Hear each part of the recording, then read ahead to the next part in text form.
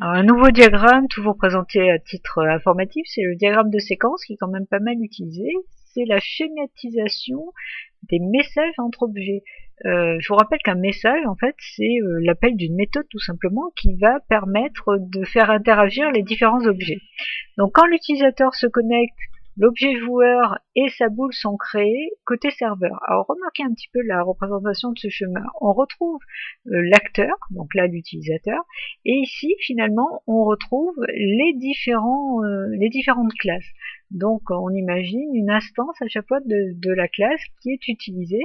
Les pointillés représentent la vie de l'objet au cours de son utilisation dans l'application. À chaque fois que vous avez une barre épaisse comme ça, cela représente finalement la phase de sollicitation, la période de vie de sollicitation de l'objet. Quand vous avez les petits pointillés, c'est vraiment toute la période de vie de l'objet et on ne représente donc avec la barre que les phases de sollicitation.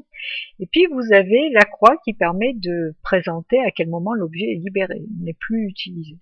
Et les flèches représentent tout simplement les appels de méthode, et que ce soit dans un sens ou un autre, la flèche en pointillé représentant finalement le retour de l'appel de méthode. Donc si vous avez une méthode de type fonction qui vous retourne une information, vous avez le retour par cette flèche en pointillé. Alors, comment ça va marcher? Eh bien, vous voyez, on vous dit le joueur, donc quand l'utilisateur se connecte, l'objet joueur et sa boule sont créés côté serveur. Donc là, en fait, l'utilisateur se connecte et puis il y a le choix du personnage et le jeu serveur va pouvoir créer en fait le personnage. Donc création du joueur, on sollicite l'objet joueur qui va créer la boule, donc on sollicite aussi la classe boule, donc un objet boule. Le serveur retourne l'affichage de la nouvelle position. Et quand la touche espace est utilisée, l'objet joueur demande au serveur d'attaquer. Donc là, on a la création, d'abord il y a la fermeture de la fenêtre que j'ai pas précisé dans le sujet, mais la fenêtre choix joueur, et puis il y a la création de la fenêtre arène, dès que le joueur a été créé.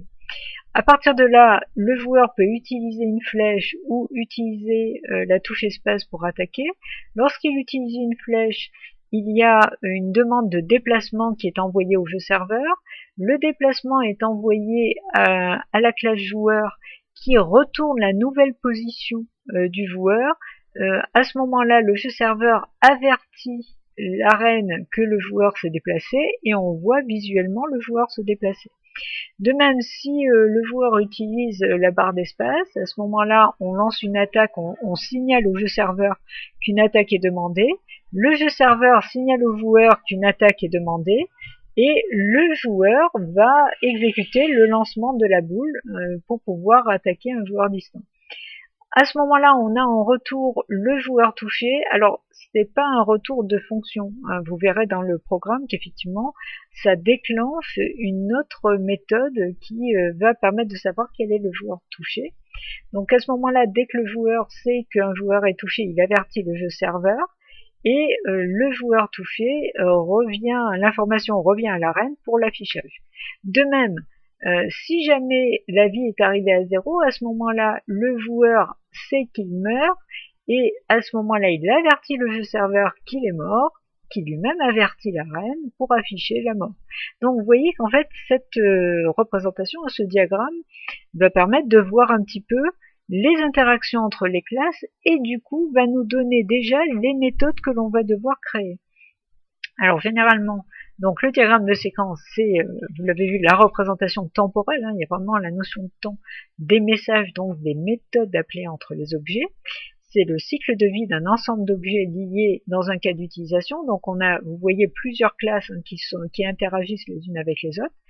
Et c'est la représentation des méthodes qui agissent entre les objets. Du coup, au niveau syntaxe, donc on retrouve les différents acteurs. Enfin, normalement, ce diagramme représente à chaque fois les interactions par rapport à un acteur.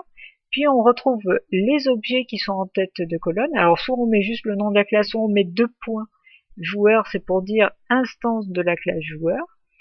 La ligne de vie qui est juste une ligne de pointillé verticale. Les zones temporelles de sollicitation de l'objet, donc c'est au moment où on lui demande de faire des choses et où il va répondre. La flèche du message qui est en fait l'envoi d'une méthode, qui est l'utilisation d'une méthode d'une classe sur une autre. Les éventuelles réponses, donc ça c'est dans le cas où vous avez des méthodes qui retournent des informations. La croix qui représente la destruction, la libération de l'objet. Alors le diagramme de séquence permet de lister les méthodes publiques, leur classe et leur rôle, ce sont les fameuses flèches qu'on a vues dans le diagramme précédent, et on peut représenter les choses de façon autrement, c'est-à-dire sous forme de tableau. Donc voici un exemple des méthodes correspondant au premier message échangé dans le diagramme de séquence. Donc vous avez la fameuse flèche choix personnage qui va se traduire par une méthode choix personnage. On précise dans quelle classe elle est, donc ça c'était le trait vertical qu'on voyait, donc la classe FR-info-joueur, et on précise le rôle, avertige au serveur du choix d'un personnage et donc de l'arrivée d'un nouveau joueur. Vous avez la méthode création joueur qui correspond à la flèche qu'on avait vue aussi sur le schéma, qui est dans la classe de serveur, qui permet de créer une nouvelle instance de joueur, etc. Donc vous voyez que ce schéma, l'air de rien, tout en donnant une représentation visuelle des communications entre les différentes classes, ça nous permet aussi d'avoir une idée précise des méthodes que l'on va devoir écrire pour communiquer entre les classes et du type d'objet qui va ressortir de ces différentes méthodes.